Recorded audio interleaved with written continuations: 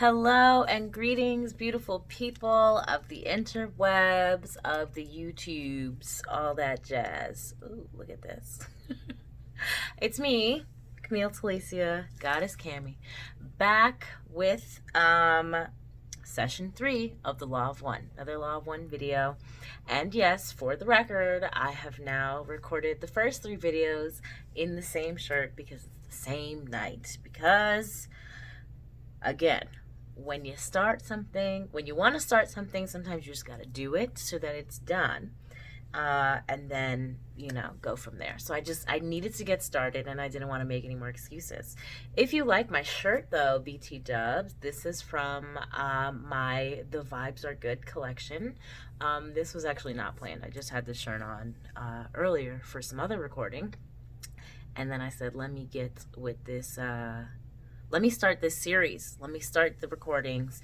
And so I've just been in the same outfit. I went on a date today, which was a crappy date. If you guys are interested in like life things, let me know. Because I'd be willing to share the story of this date. That was not a date. In another video. Not this, of course. This is the Law of One stuff.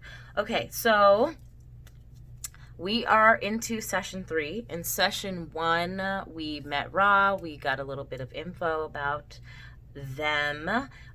Session 2, we got into the history of Ra. And so in session 3, I don't know. Let's find out. Let's read it together.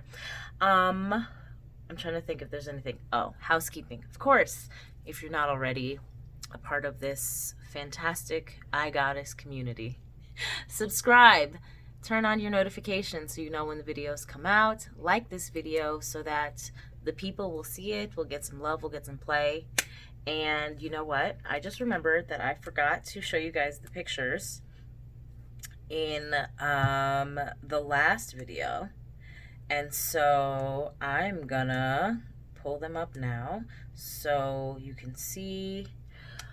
Hopefully you can see that. I think that's the Bible with the water and the incense. The virgin chalice of water. Gotta love that. I think it just means untouched. This is Carla, right? Look at that. They're fixing her neck pillow because a lot of times as we go through the sessions, Ra will be like, adjust her neck, adjust this thing for the instrument. And that's just that. They're hooking up the recording. They were measuring things. Like, they were with it, right? They were on point and precise. And I think that it's dope and amazing. They covered her eyes per Ra's instructions. And then they just, yeah. So those are the main ones. And they put her in white. Because remember, Ra also said, robe her in white. Shoe. That I just wanted to show you guys that because Ra like specifically had talked about it, and so I thought it would be cute to include before we get into session 3. So are you ready? Okay, let's begin. All right, Law of One, Book 1, Session 3. This session took place on January 21st, 1981. So I think they've done them like each day at this point. Ra, I am Ra. I greet you in love and the light of the one infinite creator. I communicate with you now. Questioner, my first question is, did we correctly perform the ritual for starting the communication? Ra, I am Ra. The placement of the artifacts designated to balance the instrument should be placed at the instrument's head for the least distortion of effect. The remainder of the beginning account of purpose is quite acceptable for those speaking desire to serve. Otherwise, the attendant emphasis in mind complexities would not have been affected properly. We caution you to guard against those who are not wishing to serve others above all else from taking part in the beginning or in lending their distortions of mind-body-spirit complex to any session, as we should then be unable to properly blend our distortions with those of this instrument. Questioner, should I move the Bible, candle, and incense at this time? I am Ra. This would be appropriate. Questioner, after moving the items, is this the proper position? Ra, I am Ra. Please correct the angle of the incense so that it is perpendicular to the plane of 20 degrees north by northeast. Questioner, after making the correction, is this satisfactory? Ra, I am Ra. Please check by eye to make fine correction. We will explain the process by which this becomes a significant distortion balancer. The incense acts as energizer to the physical body of this instrument, signifying its humanity. This is therefore a necessity that the wafted smoke is perceived from the same relative angle as the instrument perceives the opened Bible, balanced by the lighted candle, signifying love, light, and light, love, and therefore give the mental and emotional, shall we call it, distortion complex of this instrument the sight of paradise and peace which it seeks. Thus, energized from the lower to the higher, the instrument becomes balanced and does not grow fatigued. We appreciate your concern, for this will enable our teach learning to proceed more easily. Interesting. Actually, before we go on, I just want to, can we touch on that? Because I feel like he's going to talk about some other things as we move forward. The incense, right? Most of us use incense because we think it smells good, and it's not. I know I do. And they have different ones that have different energy, probably based on the scents used. Excuse me, because sorry guys. When things are mass produced, I think some of the intention goes out of it a little bit, but I really find that part about it basically keeping her connected to her humanity very interesting. So if you are someone who meditates and goes into trances, and maybe even if you're trying to astral project or those sort of things, having some incense lit during your meditation helps kind of reinforce that tether a little bit. So that was kind of cool. And the fact that the placement of just the Bible and the candle all create this certain energy that supports her in maintaining her energy during the session, I think is really, it's something to note if you are somebody who has a meditation practice, even if you just read the Bible and pray, where are you placing your Bible inside of your space? Where do you have your candles? On your altar? Do you have an altar? Are those things you guys are interested in talking about? Because that can be other videos that I can do. I can show you guys my meditative space and my altar and things like that I have in the space. Anyways, so it's something to consider as you are moving on and integrating the law of one into your life, right? The importance of incense smoke, and to keeping you connected with humanity, and also giving you a little bit of energy, placement of a candle, placement of the Bible, in relation to your head. They're talking about they're getting energy from the lower and the upper. Love it. All right, moving on. They asked if everything was correctly aligned. They said yes. So, questioner. Actually, I'm going to get a sip of water, guys, really quick. And I did actually bless this water and talk to this water after recording that first video. And I swear, just a little sip makes my throat feel real quenched. Okay, questioner. At the last session, we had two questions that we were saving for this session. One having to do with the possible capstone on top of the Great Pyramid at Giza. The Great Pyramid at Giza. The other having to do with how you moved the heavy blocks that make up the pyramid.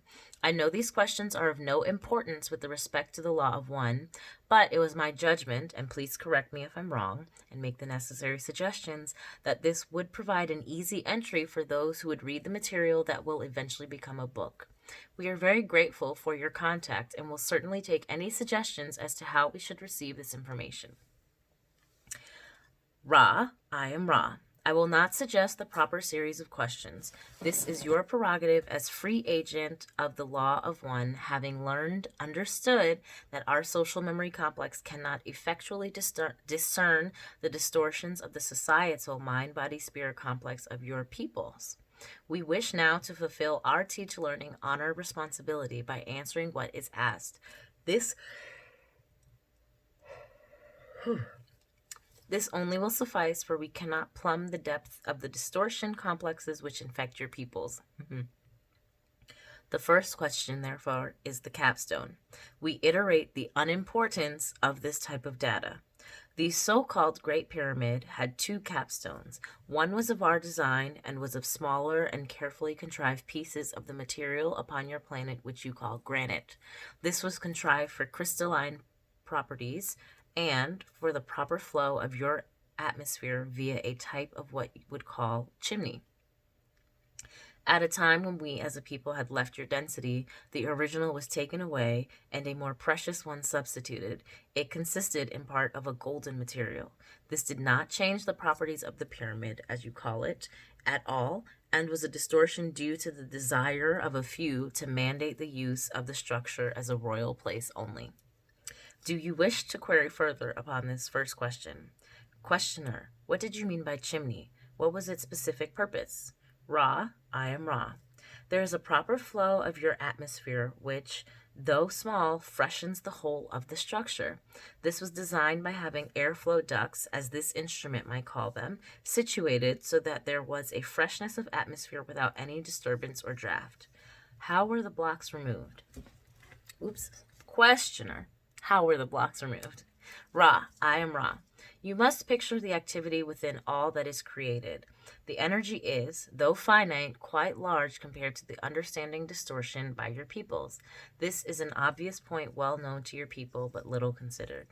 This energy is intelligent. It is hierarchical.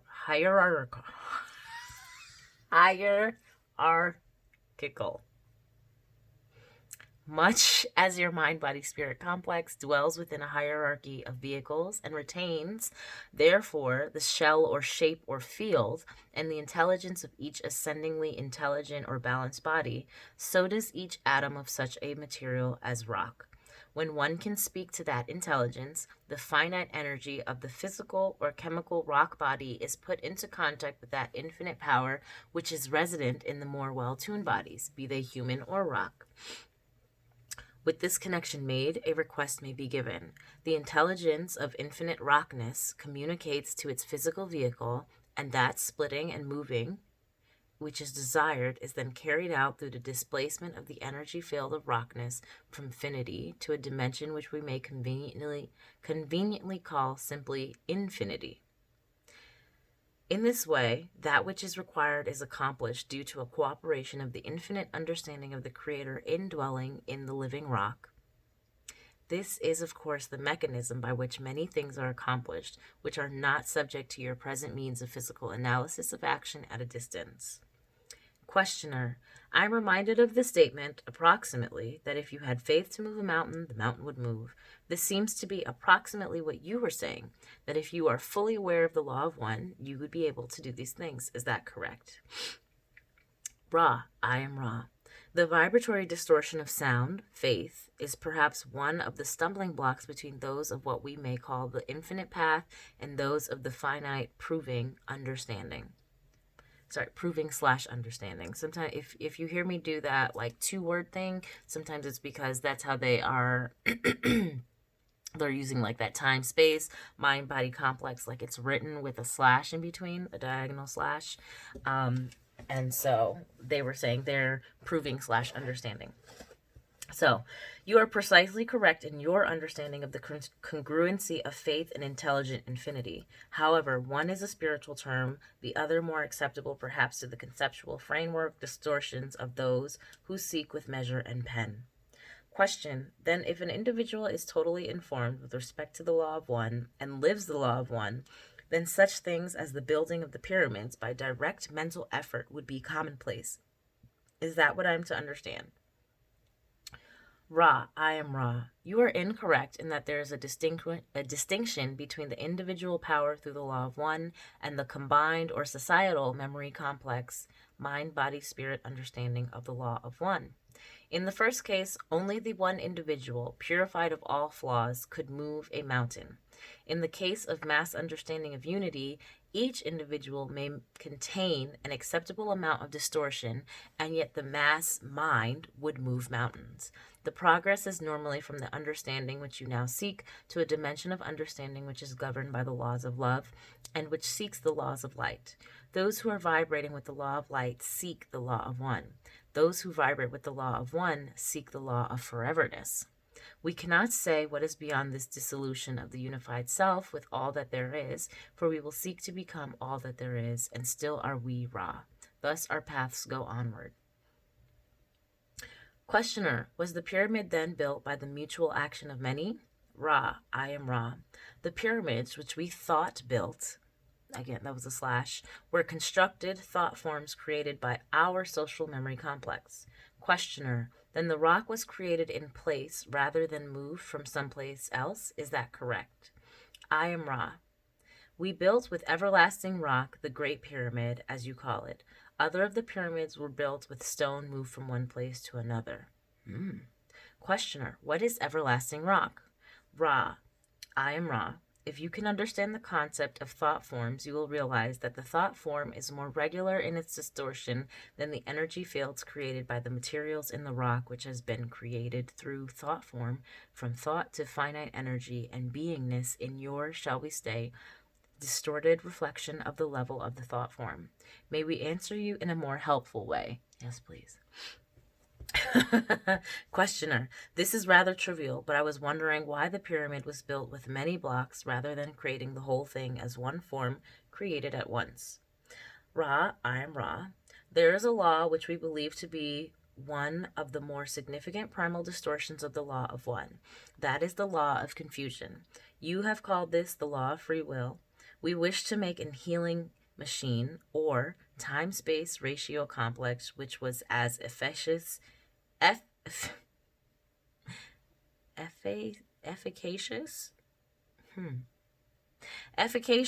possible. I think they want to say effective, efficient. However, we did not desire to allow the mystery to be penetrated by the peoples in such a way that we became worshipped as builders of a miraculous pyramid. Thus it appears to be made, not thought. I hope y'all caught that. Questioner, well, then you speak of the pyramid, the Great Pyramid, I assume as primarily a healing machine. And also you spoke of it as a device for initiation. Are these one and the same concept? Ra, I am Ra. They are part of one complex of love, light, intent, sharing. Love/light, intent/sharing. To use the healing properly, it was important to have a purified and dedicated channel or energizer for the love/light of the infinite creator to flow through. Thus, the initiatory method was necessary to prepare the mind, the body, and the spirit for service in the creator's work. The two are integral. Questioner, does the shape of the pyramid have a function in the initiation process? Ra, I am Ra. This is a large question. We feel that we shall begin and ask you to reevaluate and ask further at a later session. This somewhat, shall we say, informative point.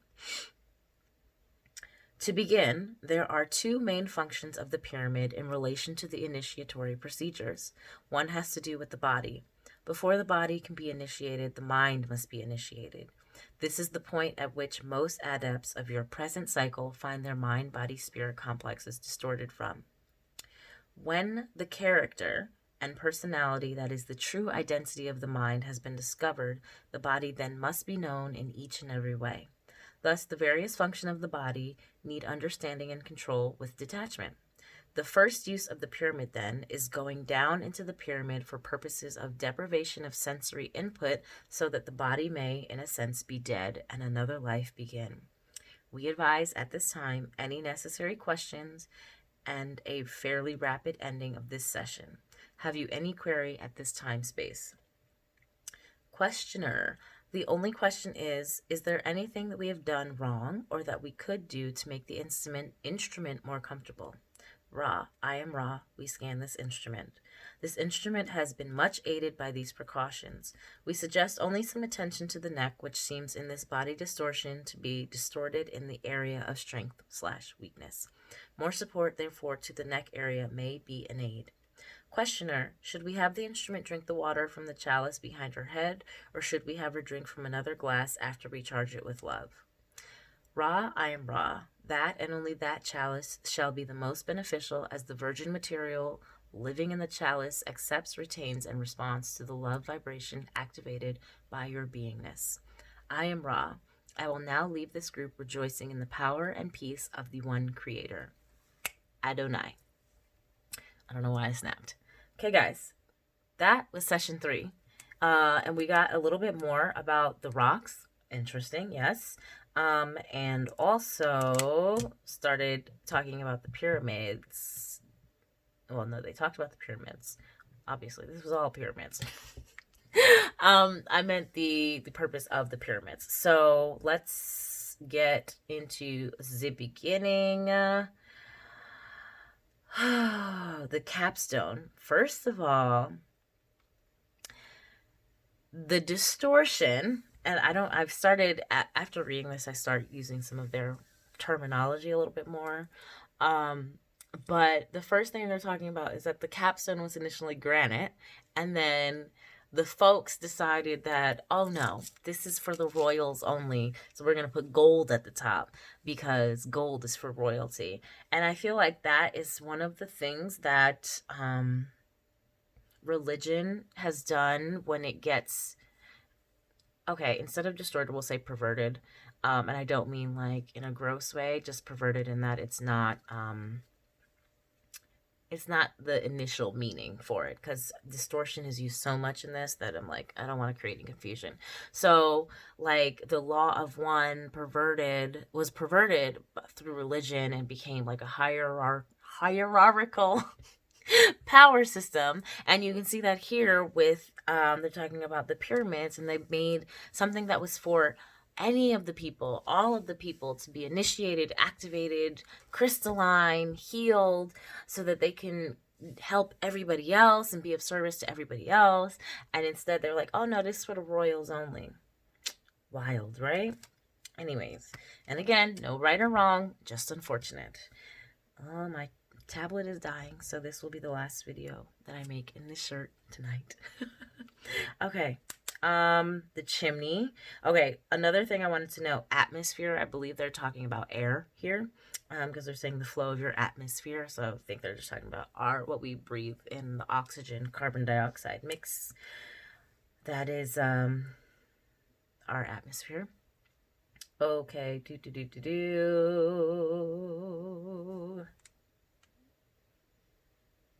the moving of the blocks. So my understanding of this and the way that they explain it is not so much that they levitated a block and was like, here, a piece of rock. It's like they spoke to the elements that make up the rock. And by elements, I mean like the chemical components of what make up rock, and asked it to form itself into these blocks that looked like a pyramid that was built. Because you notice they said we built it so that it looked like it was made versus created, because they didn't want it to look like it was some sort of miracle, which it was. It was for those of us in third density, because we have not connected with what they call the liveness of everything to the point where we can see it just as we see ourselves and ask it to do something. Like you could ask me to get you a glass of water, so could we ask the rock to break itself apart and move over there and become a different form, or move over there and do something else. The other thing that I thought was really important to note is that the power of the group mind, right? The social memory complex in this case, they were saying like individually, like you'd have to be super clear, super clear, no distortion, one with the law of one. And honestly, I don't know that any singular being, entity, could be that clear in third density, just because of all of the distortions that come with just being in third density, incarnate in third density, period. But just in like the full concept and understanding of the law of one, I think there's too much human distortion that's happening inside of this experience that we wouldn't be able to individually. However, I am curious if enough of us really believed in and applied the law of one, could we get together? Not could we.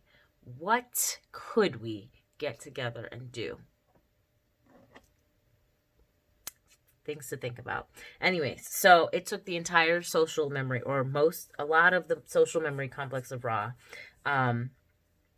to create the pyramids. They did it together. And so also it just shows that it's a reminder there's power in numbers. We're just soapboxy just a moment. Here in America, there's a lot happening right now. Obviously, I'm a Black woman, so you can just guess where I stand on things like Black Lives Matter, things of that nature. And civil rights, social justice, that sort of thing.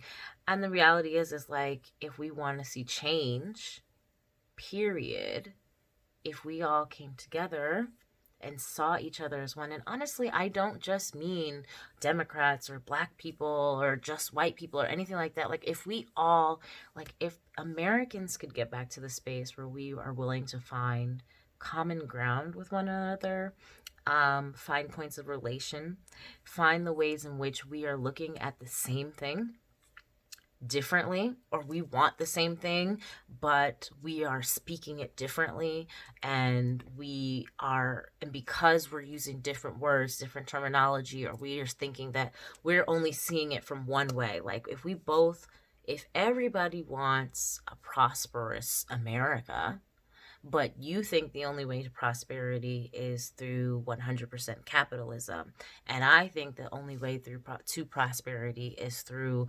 100% socialism. Not that I really know much about socialism, and I'm not saying that's what I believe. Where can we find the common ground? Because there is still common ground, because at the end of the day, we want prosperity. And so how can we all come together and make it work for everybody so we get to the prosperity, versus just fighting for this one idea? And I'm fighting for this one idea, and so neither of us are getting what we want. That got a little preachy. Okay.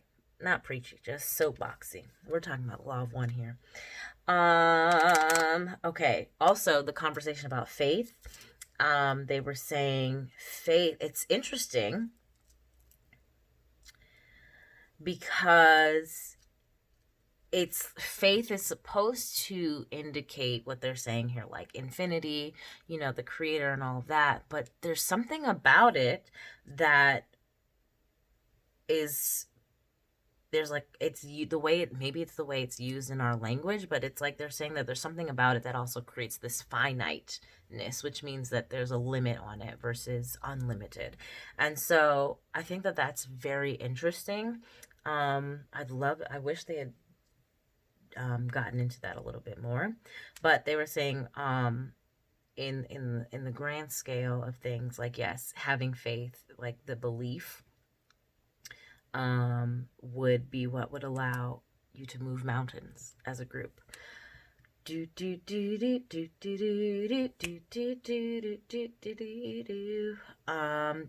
is the first we hear mention of the law of light and the law of foreverness, and I hope that we get to hear more about that. They talked about the everlasting rock, the law of confusion, the law of free will. We can touch on that a little bit.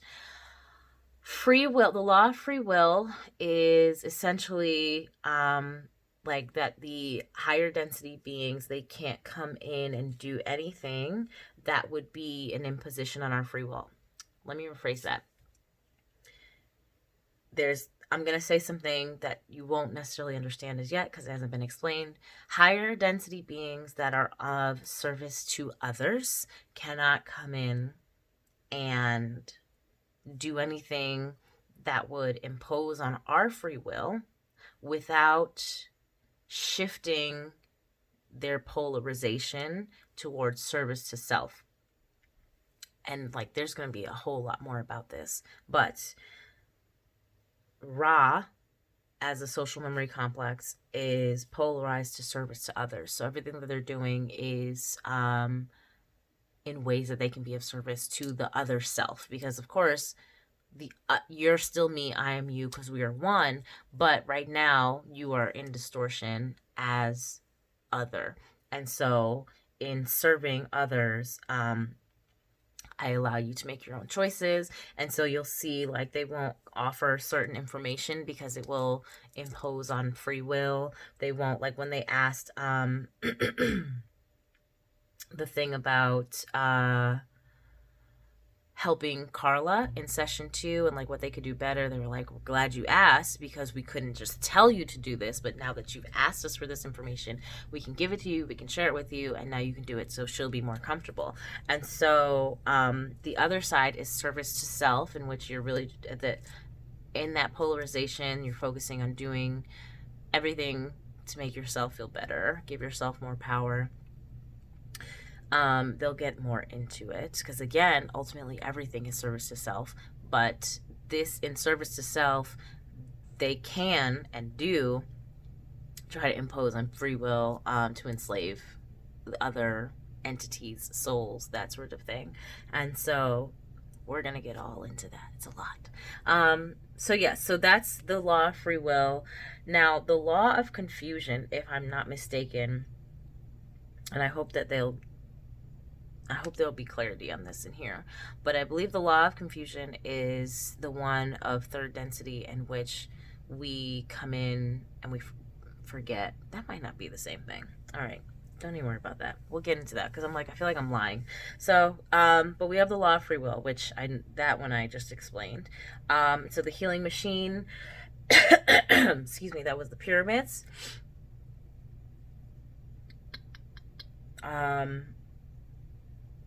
First of all, can we talk about how freaking dope the pyramids were?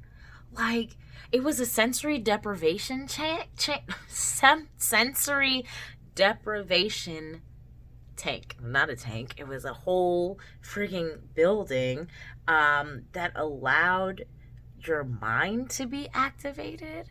So, and they have them now. I know one is like the floating in that really salty water, and you're just kind of like suspended. It's so salty, like you just float, because based on the water composition of your body, and like you float without any effort. And like they make it dim, and so you kind of, I've always wanted to try it. Now with COVID, who knows what I'll get to get back in there.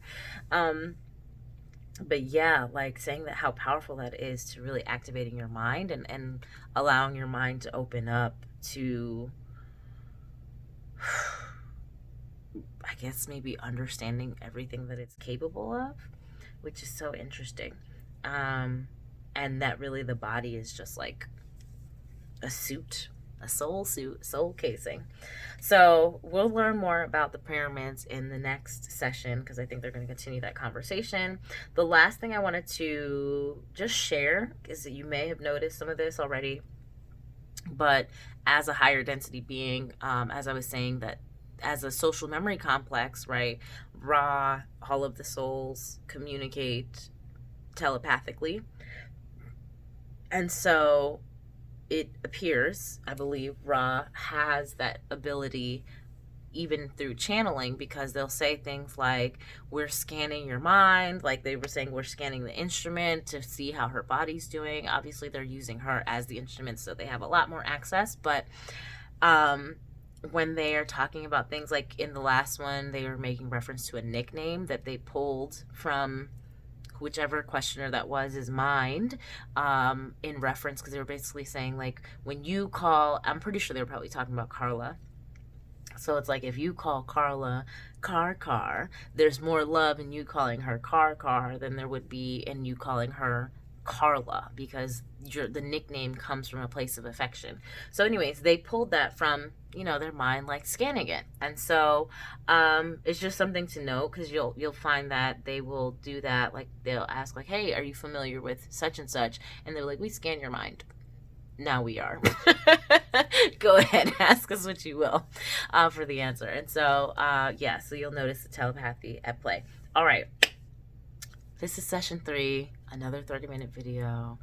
I hope that I am there was also this honor duty thing. I'll get back to that because it'll come up again. But it's just it's so interesting, the concepts and how things are not one or the other, like we define them to be here in this understanding as humans right now, where it's like you are a teacher or you are a learner. They're saying no, it's like you're doing both at the same time. As you're teaching, you're learning. As you're learning, you also can teach and be teaching somebody else as well. And so it's just, well, actually, you are teaching because, you know, as like, if I'm a student in a class and I'm engaging, I'm learning from the teacher, so I'm learning. But as I respond back to the teacher, as I answer questions to the teacher, or I ask questions of the teacher, also creating opportunity for the teacher to now learn from me, which would put me in the teacher position. So I just think that's really cool. And so there's that. I can't remember why I said oh, because for my teach learning opportunity. It's late. This is the last of the 3 videos that I'm making in this shirt at this one time. I'm going to get these edited and posted for you guys soon. And please, if you're watching this, it doesn't matter if you watch this 2 years from now or a month from whenever it's posted. I would love to hear from you. So comment below, let me know, like, how are the explanations? How are you liking the talk through and the integration piece of it? Should I shut up? Is my reading okay? Should I get an AI? All that jazz. I mean, if it's 2 years and the session is done, the series is complete, what can you do? But, you know, the other stuff, more pertinent things that are timely, feel free to comment, let me know. And of course, subscribe, like the video, turn on your notification bells if you want to keep up with this series. Share this with a friend, because I think honestly this whole teaching, they put this in the book form so that the masses could receive it, but I don't think the masses have received it. And if there was ever a time for us to start remembering that we are all one, is now. Seriously, like, it's so needed. So, love you guys. Love, light, shine. See you in the next time. Go holler at me on the Instagrams. Let's be friends there as well. Bye.